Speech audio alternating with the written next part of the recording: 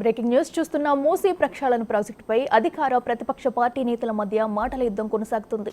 కాంగ్రెస్ హయాంలోనే మూసీ పరివాహక ప్రాంతాల్లో ఇళ్లకు అనుమతులిచ్చారని ప్రతిపక్ష నేతలు ఆరోపిస్తున్నారు. అసలు మూసీ ప్రక్షాళన నిర్ణయమే గత బీఆర్ఎస్ ప్రభుత్వానిదని ఆధారాలతో సహా చూపిస్తున్నారు అధికార పక్ష నాయకులు.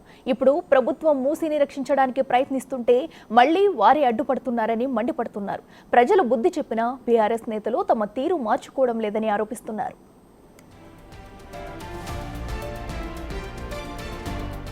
మూసీ పరివాహక ప్రాంత ప్రజల ఇళ్లను కూల్చి ప్రభుత్వం వారి జీవితాలను నాశనం చేస్తుందని బీఆర్ఎస్ వర్కింగ్ ప్రెసిడెంట్ కేటీఆర్ ఆరోపించారు.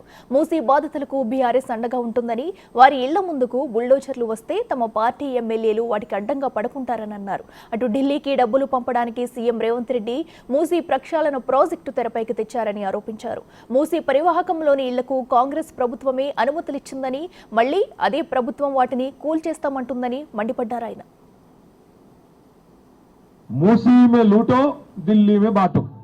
మూసీల నట 1,50,000 కోట్ల రూపాయలతోని 1,50,000 కోట్లు 1,50,000 రూపాయలు కాదు 1,50,000 కోట్లు అంటే ఎంతనో ఎరికేనా?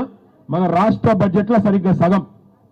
మన రాష్ట్ర బడ్జెట్ లో సరిగ్గా సగం పైసలు పెట్టట మూసీలో 55 కిలోమీటర్లు ఉద్ధరించి దీన్ని ఒక అద్భుతమైన లండన్ లెక్క చేసి ఇక్కడ ఉన్న గరీబ్ గాళ్ళందరినీ తీసుకుపోయి జంగల్లో వారిస్తారట. మరి ఊకుందామా సపరేక? మేమందరం ఎక్కడ అక్కడ పోవాలన్నా? మరి 38 ఇండ్లకు రంగులేసిపోయినరట ఆర్బిఎక్స్ అని. రంగులేసిపోతే నేను మీ అందరినీ కోరేది ఒకటే, లక్ష్మి ఇంటి మీద కోతురులే, రత్నకి ఇంటి మీద కోతురుతి సపరేక నా పనికి నేను పోతా, నాకేం గరుజు, ఆమె ఇల్లు గుల్లబడితే నాకేమైంది, ఇదివరకు ఒకసారి నన్ను తిట్టింది కాబట్టి ఇప్పుడు నేను ఆమె ఇంటికాడికి పోను, మీదికి బుల్డోజర్ వచ్చినా ట్రాక్టర్ వచ్చినా ఇవి రానియకుండా ఇక్కడనే కంచె అడ్డం పెట్టుండ్రి, మొత్తం అందరూ వచ్చి తలుకోండి.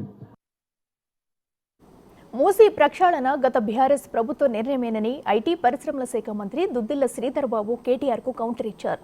మూసీ నదిని ప్రక్షాళన చేయమని ఎవరైనా అడిగారని కేటీఆర్ ప్రశ్నించడం హాస్యాస్పదమని ఆయన పేర్కొన్నారు. మున్సిపల్ పట్టణాభివృద్ధి శాఖ మంత్రిగా కొనసాగి మూసీ ప్రక్షాళనకు అనేక నిర్ణయాలు తీసుకున్న కేటీఆర్ ఇప్పుడు తమను ప్రశ్నించడం ఏమిటంటూ మండిపడ్డారు. 2017 మార్చి 25న మూసీ నది కాలుష్య నివారణతో పాటు రివర్ ఫ్రంట్ కోసం కార్పొరేషన్ ఏర్పాటు చేసి దానికి చైర్మన్ ను నియమించలేదా? అప్పుడు ఎవరి ప్రభుత్వం అధికారంలో ఉందని నిలదీశారు.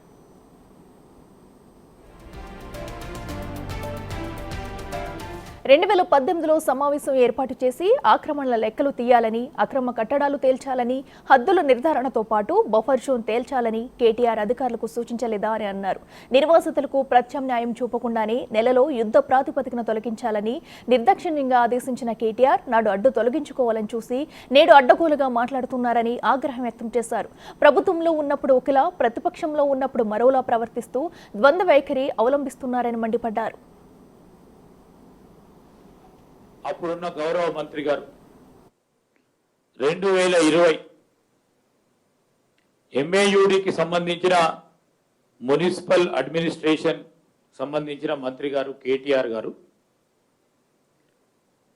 2018 నుంచి 22 వరకు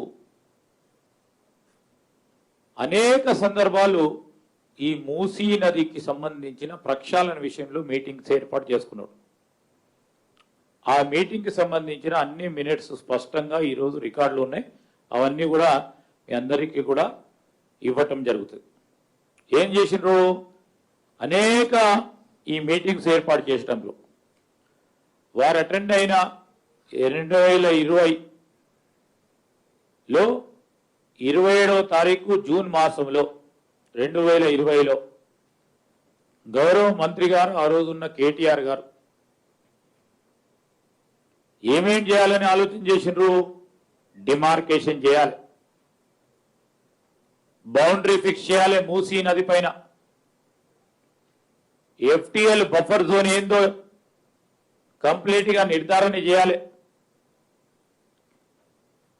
మాస్టర్ ప్లాన్ ని కూడా పూర్తి స్థాయిలో నిర్మాణం చేయాలని జిల్లా కలెక్టర్స్ కి, హైదరాబాద్, రంగారెడ్డి, మేడ్చల్ కి ఈ యొక్క ఆదేశాలు ఇవ్వటం జరిగింది.